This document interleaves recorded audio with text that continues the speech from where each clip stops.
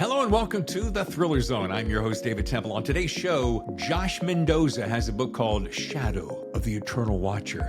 Folks, let me tell you something. Great title, good book cover, you're halfway there. It happens to be a thrilling read.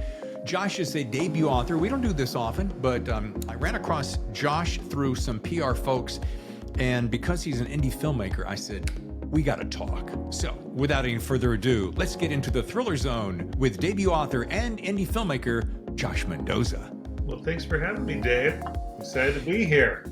Dude, I have been talking to your PR people for, let me see, this is May. I think we started, I could look it up. I bet it was February, March, they started talking to me. Mm-hmm. This book dropped, I want to say January, February-ish? Yeah, it was like January 28th it dropped. Yep. Okay. So while you might think, geez, Dave, you're late to the party, that's not actually the case. We had a couple of heavy hitters ahead of you, James Patterson, not to drop names. And well, I guess I'll let James go first. That's fine. But here's the reason I snagged you. And we have been tapping the brakes on debut authors because 100 different reasons, but I take one every once in a while, and you're one of those. And what got me, what caught my eye was the fact that you're an indie filmmaker, and we're going to find out here for those who have not noticed before. I'm also a indie filmmaker, so when I saw this, I'm like, oh, I got to talk to this guy. So I'm so glad you carved out the time. Well, I appreciate you being here. That's my journey to get here too. So it'll be fun to talk about it. Well, folks, the book is Shadow of the Eternal Watcher. Now I'm going to stop right there. Say A, cover, smashing. B, love the title. So just let that bask in that for a second. It's exciting to have it out there. You know, the nice thing about book versus a movie is the book's something tactile. You know, movies so much have gone to streaming now. There's still DVDs, but less and less every year that goes by. So it's fun to, like, you held it up and showed it to everyone. That's, I think, one of the coolest things about a book. Yeah, it exists. It's a thing. It is. You know what? I remember my very first book, which was maybe 2003. And I remember getting it in the mail and opening that box going, there is nothing in the wide world of sports like it. When you open it up and you go, it's on paper. Yeah, right?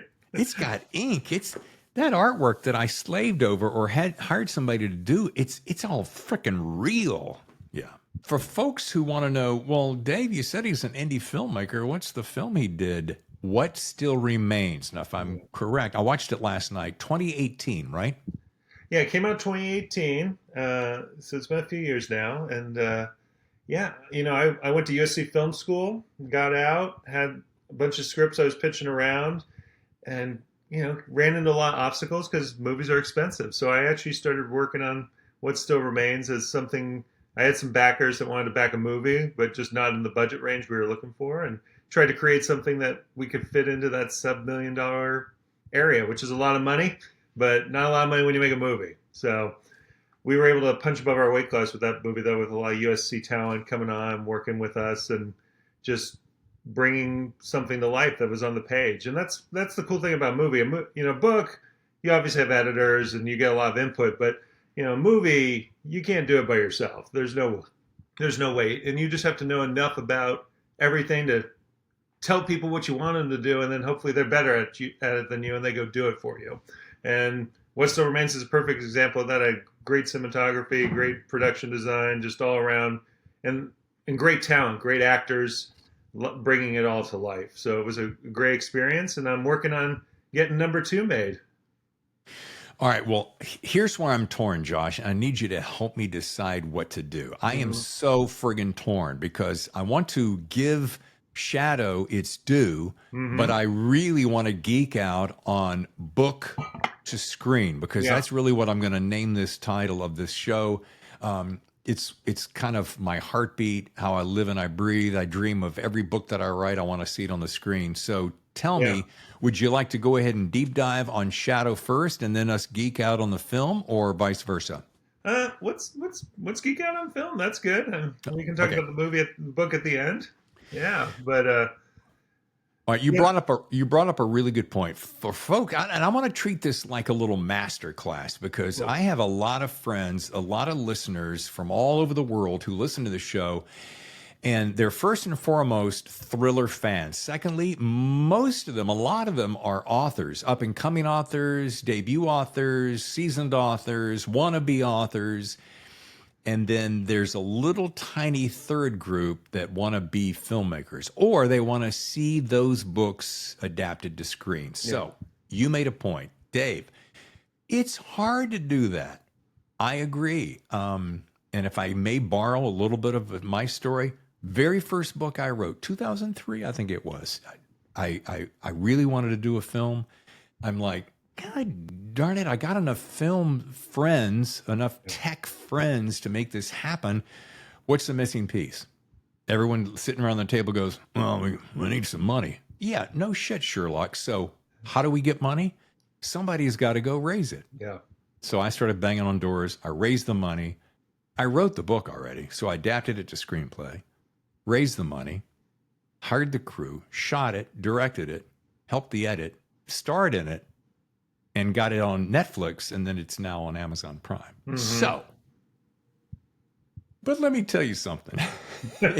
As you very well know, that took 13, 14, 15, almost 3 years to yeah, do. I lost about 30 pounds. My hair went gray. I lost a few friends, but I made the movie. yeah, So that's my story. I want to hear how you did it. You said sub-million. Now, we all know that your average movie, indie, probably going to start in that 750 to 1.2 yeah. ish, right? If you're doing it for less than 1.2, people are going to look at you like, oh, you're not serious. So, Well, I think the key is that you have to make it look like you spent more than 1.2, and I think we accomplished that in what still remains. I mean, I go into meetings with professionals, and they think we spent $2.5 to $5 million on that movie. So I mean, if I you have watched, 5 million and it doesn't look good, you can't be like, but it cost $5 million. At the end of the day, all that matters is what goes on the screen and what people see. It's the same with your. You can't tell people, oh, well, the actor was sick that day, and the right. performance wasn't as good, or it rained, so we didn't get to do this cool thing. No one cares. Uh, they only care what's on the screen and what they get to see, and that's the bottom line. So you just have to put your best foot forward, and you have to figure out ways to be creative to make it look better than it does than you have the money to do, right? And a lot of famous filmmakers have created shots and done a lot of things with no money because they had to, not because they thought, oh, I'm going to come up with a cool new way to chase someone in a horror movie by putting a camera on the end of a 2x4. They did that because they had no money to put it on anything else. And now that's like a thing people do, right? So it's just, that's some of the fun of filmmaking is the creativity. And when things go wrong, how do you make it better? But it's also the stress of it too, right? I personally, and I've probably always been this way. Do I like the big movies? Sure. My wife and I went to see a Mission Impossible: Final Reckoning this weekend. I'll reserve my comments if you give a Yeah, no shit. spoilers yet. I haven't seen it. Yeah, it is exactly what you expect for a what is it? Was it 200 million? It was 200 million to make that thing. Yeah. And that's great. That's well and good. Of course, we all love the big tent poles, but I'm an indie fan hardcore through and through. I love the I'm cheering for the underdog, the guys like you who say, "Oh, I've got $50,000, but I definitely need at least 300,000." We'll use that as a round Yeah. number. And then you just figure out a way to raise it because when you want to do it, you figure it the hell out. And at the end of the day, too, I mean, I don't want people to listen to this and say, "Oh, I got to raise $750,000 because Dave said that's the number, 750 to 1.2." I mean, I have buddies who came out of film school and made movies for 30 grand, and they're great. And I know people who have made movies for more, and they're terrible. So, like, you got to make something, though. I think that's the thing. It's the same with writing. Like, if you're going to say I'm an author, I'm a writer, you have to write. You have to get things out there. And if you want to be a filmmaker, you have to make movies. And it does become a challenge with the money. But I think if you're just starting out, there's nothing wrong with grabbing an iPhone and grabbing your buddies and trying to make something and learn from that, and then say, okay, and maybe start with a short form. Make something that's 10 minutes long. Can I make something that would get me into USC, right? Yeah. And watch it and get some honest feedback from people. Don't just let your family tell you how great it is. Maybe try to learn from that experience and then get better. I mean, when I went to film school, you know, you make lots of these little shorts and they all tend to get better. And, you know, you don't really want to watch any of them afterwards because they're all student films at the end of the day, but they lead you somewhere. And every now and then, like a Ryan Coogler comes along and makes a famous student film that's, I think it's on HBO right now or somewhere. But, you know, it's all a growth process and a learning process too. Dude, when I was banging on the doors back in the day, this was 2012, 2013. This was somewhere around the time of Blair Witch Project. And everyone goes, oh my God, look what they made that for like $70,000 and it Yeah. made, you know, 500 billion, not real numbers. And we all thought, oh, okay. And then Robert Rodriguez, I remember following him in the early days, El Mariachi and all those. And Yeah. I'm like, man, I want to be a part of that crew. What people don't understand is that in that time when you and I were doing this, not that long ago, Mm-hmm. the rules were a little bit different. Now, with social media and YouTube world and content creators and influencers and all that stuff, it's much easier to just whip out a short for a reel just to get some interest. Kind of back to your earlier point, don't Yeah. you think? You know, I agree. And like people who are funny and are comedians, I think they put up things that they're showing their talent level, right? And I think you're trying to build a base, you're trying to build an audience, and I definitely think there's an avenue through that. And I think it's one of the great things about the internet is it's kind of democratized things, but it's also one of the fallbacks of the internet is that there's so much out there now. So how do Yeah. you cut through the noise? And that's true with the book too. It's like there's a million self-published books out there now, and you know a lot of them now with AI, people are putting out this garbage that's not even real, and you have to cut through the noise and try to get in front of people, and so they see your talent level and your work at the end of the day too. So that can be a challenge as well. Is it public knowledge how much what still remains cost you to make? Yeah, it cost us about $500,000. 500. Yeah. Okay, good. All right. I don't think I've ever shared this, but my film Chasing Grace, which is a faith-based or softly safe faith-based film, I did for 220, Mm-hmm. and about 160 of that was real because I spent way too much money in crafty and making sure everybody That's had every their movie. You got to feed people. make sure everybody had nice fancy coffees during their lunch break and foot massages and stuff like Well, that. But yeah, it's the anyway, thing. Those are the things you think about. I don't know about foot massages, but you got to feed people. You got to take care of people. yeah. You know, the crew that's working for you, you can't like you can't be sleeping in vans. I mean, you gotta like put people up and do it the right way. Yeah. No, no, I was kidding about the foot massages. No, I know you were. But if you feed people properly, keep them hydrated, and have an atmosphere of fun, even to the best of your ability, because I'm sure you pulled 12, 14-hour Oh, yeah. days minimum, right? Mm-hmm.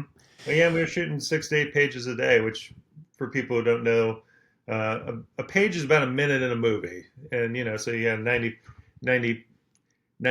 page script. You're doing it in like 15, 16 days. You're shooting at least six pages a day, and that's a lot. And you're trying Yeah. to get as many setups as you can because really you want to have shot diversity. You just don't want to have a bunch of people talking over their shoulders, otherwise it becomes boring. So, I mean, it's a challenge of pushing people and getting through people, and obviously people's get tired and their nerves get frayed, and there's some high emotions when you make movies too. And Yeah. again, not abusing people and meeting those 12-hour days because that's your limit. Those are the working laws, and giving people lunches and breaks. So if you go overtime, you got to pay them. So I mean, we did it like a real movie with SAG, and you know, so there was no, oh, we're just going to stay and keep shooting. I mean, we had to meet our days, and you had to move on. Yeah.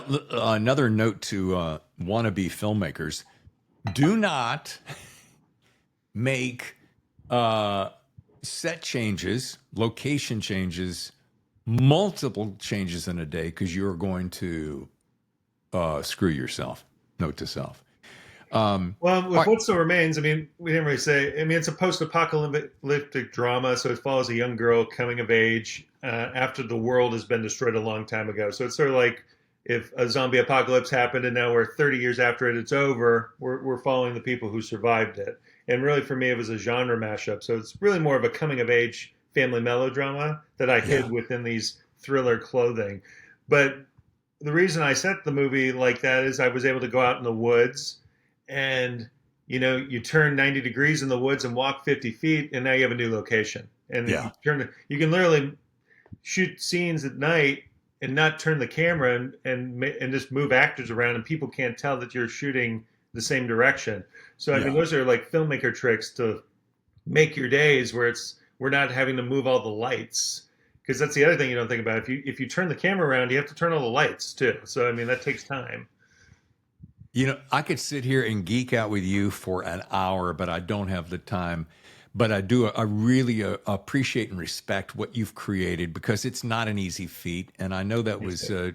yeah, and that was 7 years ago. So my question is, and this was one point I wanted to make sure. First of all, I want to say the film looks like $2 million. I mean, Thank you. you really nailed it. I want to make sure that I get to Dust or Rains, but I do want to finish this one thing, and that is, you created what still remains from a script, right? Correct? Yeah, that's right. I wrote the Meaning, script. Yeah. right? Meaning it didn't come from a book. No. Now, we all know one of the best things I love about indie filmmaking is, and tell me how you feel about this, because when I was sitting down with my team back in 2013, I said, look, we're all like, what do we make? I'm like, Yeah. well, the absolute easiest thing, the thing that you're probably most likely going to be able to sell is either horror or some kind of apocalyptic BS, right? Hmm. For sure. It's cheap, it's easy, it's fast, everybody likes it. You get too much into drama, etc., it's going to get expensive. I learned the hard way that was the case. So I want to know, do you have intentions of, because this little dandy right here, Shadow of the Eternal Watcher, would make a fantastic film. Yeah, I mean, obviously, I'm a filmmaker for a reason. I'm a very visual person. So when I wrote Shadow of the Eternal Watcher, I mean, I'm still that guy. So I definitely wrote a lot of set piece action sequences in that book that could be great for a movie. And you know, you you do movies long enough. I mean, there's plenty of scripts that are sitting on shelves that I thought were going to get made and they didn't get made. And I was going to make a movie, and all of a sudden COVID happens, and it's like, oh well, let's work on the script, and we've got the money, and once we figure out how we're going to shoot with COVID, then we'll make this movie. And a year later, the money's gone, so you don't make that movie, and all this time is wasted. So, I mean, one of the things about the book was getting back to my roots. I originally went to school to be an author. That's what I always wanted to be when I was a kid. Oh, And I kind of got sidetracked into movies. I always loved movies too. I was both. I was the kid sitting in the science fiction section of his bookstore reading all the books. I'm like, I'm going to be an author. I went to Stanford University. I took a film class there. We were watching Citizen Kane. And it was like the first time in a movie when I was watching I ever noticed a cut in a movie. It was a weird thing because I was a big cinephile too. But I just was like, oh, they moved the camera. I just noticed it. And I was like, I could do that.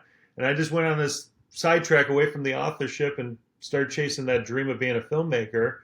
And actually, when we were in post on What Still Remains, I had an idea. I had two ideas jumbled in my brain. I was like, this will be the next thing I write. I had this big space opera, big science fiction thing. And I had this like kind of gritty LA noir detective. And then I was thinking about writing them, and I was like, well, what if I mash them together? And that would be a real cool challenge of like, how do I do this LA noir detective but end up in this big space opera? yeah. And because that's what I like to do. I do genre mashups. So I was like, well, that's fun. So I started writing a script for it. And I'm like, well, this is going to be like $100 million, $200 million movie. And I just got done making a $500,000 movie. I don't know if I'm jumping up that quickly. So this is probably going to sit on someone's shelf.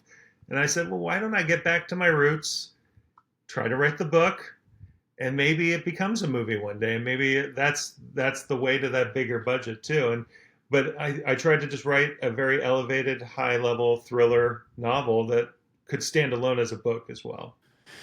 Well, mission accomplished, as I like to say, and this is that book, and a mashup indeed, folks. You need to pick this up and read it. Now, I do want to let's not miss out on Duster Reigns Yeah. because and I want to say this. I tend to do this sometimes, Josh. I will pick up a book. I don't read. Sometimes I don't read the back blurb. I just Mhm. want to dive in. I read a little bit. I'm like, okay, Duster Reigns has demons. Some visit him in his dreams. Combat, PI, and then I stop, Yeah. and I'm like, okay, now surprise me. So I open the book, I start reading in the prologue, and I'm really, I'm literally going, what the, what? And I'm turning the pages, and I'm okay. First council, all right, and I'm like, and I'm about ready to go. Wait, I didn't think, and then I get to chapter one. I'm like, oh, okay. Now I know what's going on. I'm in for the ride. Yeah. Yeah. So You tell know, us about Duster Reigns. yeah, so I mean, originally the book started with chapter one. That was always where I started. Was Duster Raines down on his luck detective driving the streets of Los Angeles when he shouldn't be because he's had a few too many, on his way to a case he doesn't want to take, and he's just this broken, just the classic L.A. noir detective story. And I Yep. wanted to set up the stereotype and then try to break expectations and like break what people are used to. And I tried to do the same thing with the sci-fi. Is like, what are people used to seeing?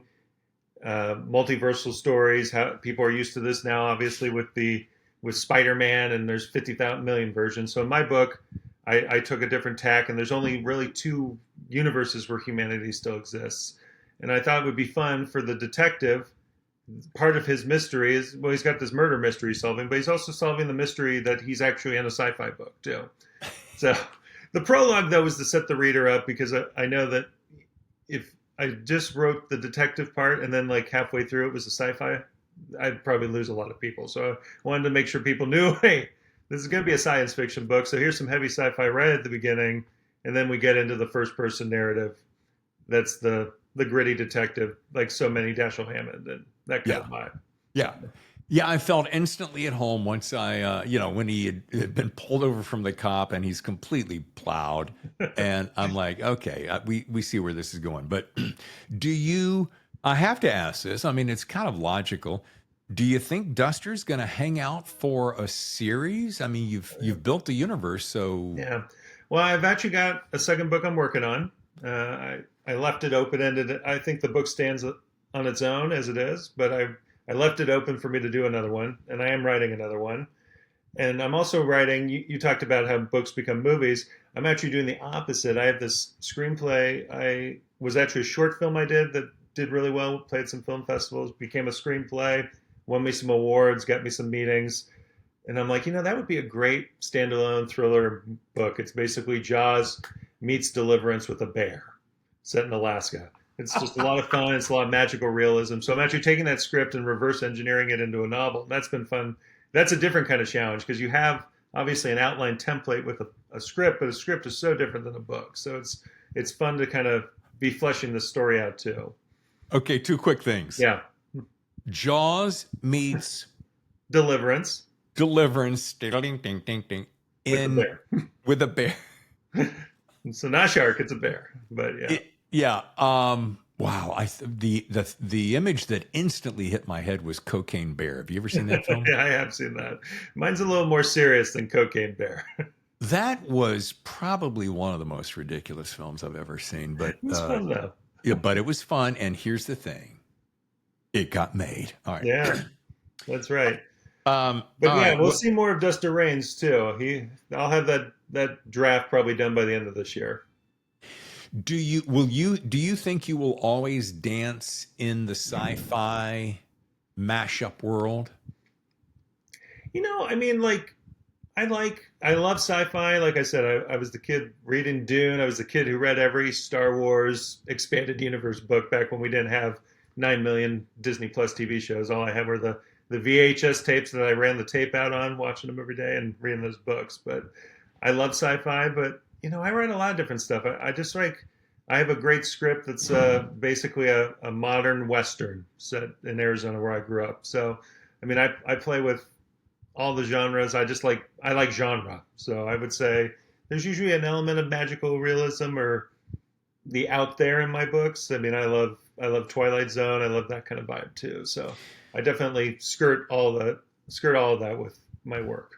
And you know what? I think mashups, to borrow that phrase from you, I think mashups and that whole world is a really splendid way, sandbox to play in Yeah. because we have so much content, Captain Obvious, so much content these days coming at us from every single direction that it begs the audience to go, can I have something just a little bit new? So we're, in my mind, I'm always trying to find all right, how can I look at this at a new angle? Kind of like you said with the tricks of filmmakers. How can I make this scene happen?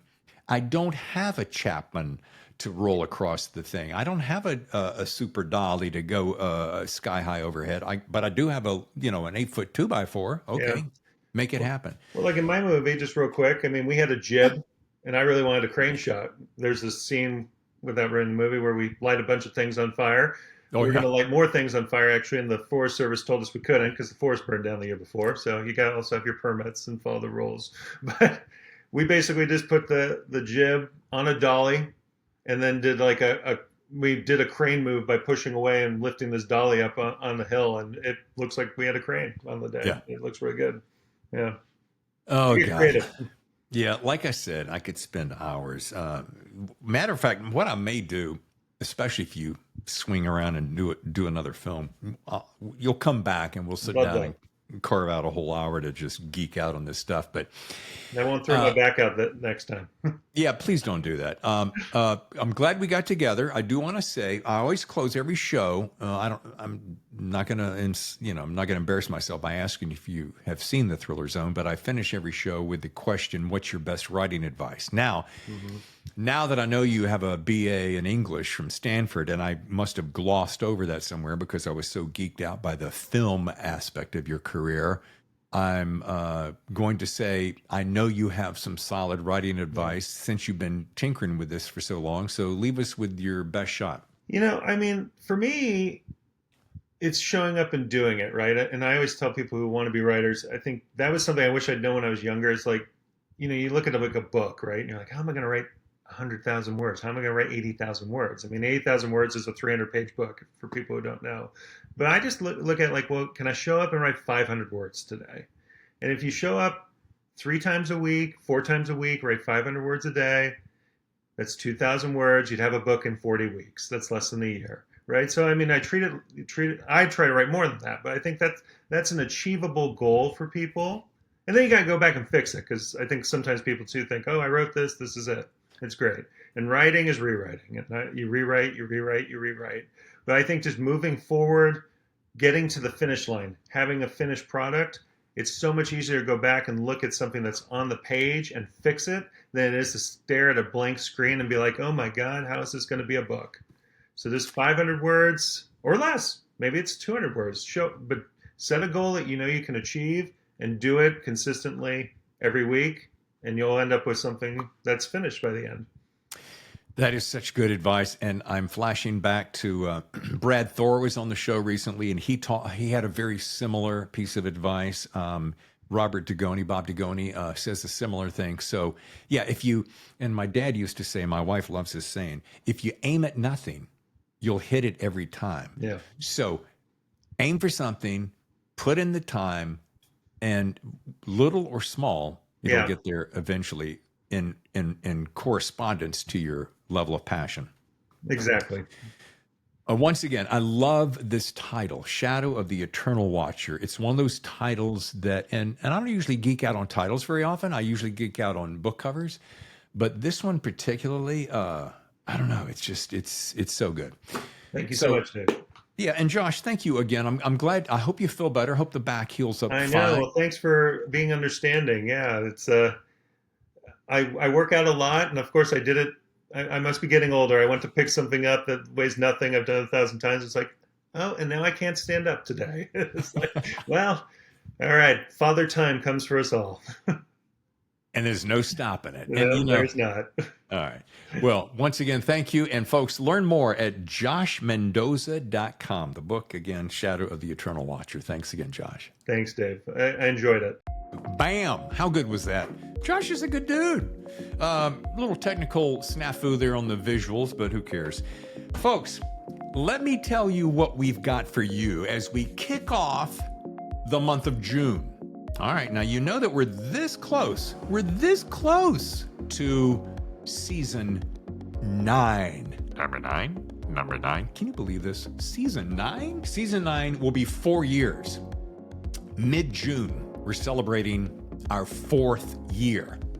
Now, that may not sound like a really big deal to you, but let me tell you something. It takes a little tenacity to make these things. So, who do we have to kick off the month of June? Only one of the biggest publishers in the entire world. Emily Bessler of Emily Bessler Books. Yeah, she does some work with some of the big publishing houses in the world. I think you know what I'm talking about. How we pulled this off, I don't know. But she's lovely, brilliant, savvy. And I thought it would be cool to speak with one of the leaders of the publishing business, to sit down and talk about the business of publishing. We have a lot of writers who are talking about the creative world, the creative side of crafting stories. But how about the business? These days, as you very well know, it's probably 50-50. Remember the days when we'd like, talk to my agent. I'm off writing a book. I'll see you in a year, year and a half, 2 years. They do everything else. Those days are gone, folks. Gone. Now the onus is on you. You got to write the book. You got to help market it. And Emily Bessler, man, I'm so excited, is going to be on this show talking about that very thing. So, do me a favor. Be sure to put that on your calendar. What day was that? That's going to be, I don't know, let me see, Thursday. It's a Thursday. Thriller Thursday. Oh, that would be June 5th. That's right. 5 a.m. Eastern, 2 a.m. Pacific, right here on the Thriller Zone. I'm Dave Temple, your host, and I'll see you then for another edition of the Thriller Zone. Your number one podcast for stories that thrill, the Thriller Zone.